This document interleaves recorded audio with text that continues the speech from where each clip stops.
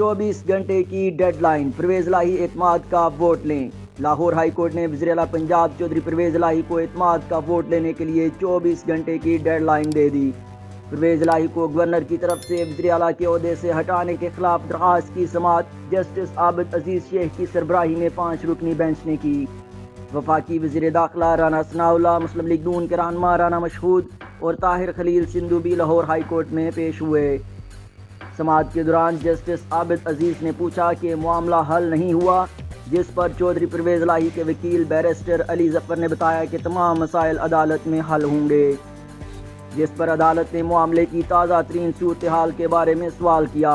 अदालत को जवाब देते हुए गवर्नर पंजाब बलीगुर रहमान के वकील ने कहा कि अदालत ने उन्हें यानी चौधरी परवेज इलाही को काफ़ी वक्त दिया, क्योंकि उनका नुक्ता यही था कि एतमाद के वोट के लिए मुनासिब वक्त नहीं दिया गया। उनके लिए अदालत ने एतमाद का वोट लेने का रास्ता भी खुला रखा था। जस्टिस आबिद अजीज शेख ने रिमार्क्स दिए कि गवर्नर वज़ीर आला को एतमाद के वोट का कह तो सकता है, आखिर में अरकान ने ही फैसला करना है कि कौन वज़ीर आला बन सकता है। बैरिस्टर अली जफर बता दें, एतमाद के वोट के लिए कितना वक्त मुनासिब हो सकता है, हम एक तारीख मुकर्रर कर देते हैं।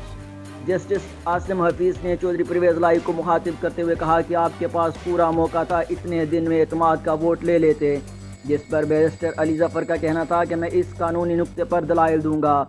बैरिस्टर अली जफर ने कहा कि परवेज इलाही तो वोट लेकर ही वज़ीर आला बने हैं, जिस पर जस्टिस आसिम ने कहा कि वज़ीर आला के पास 24 घंटे 186 अरकान की सपोर्ट होनी चाहिए।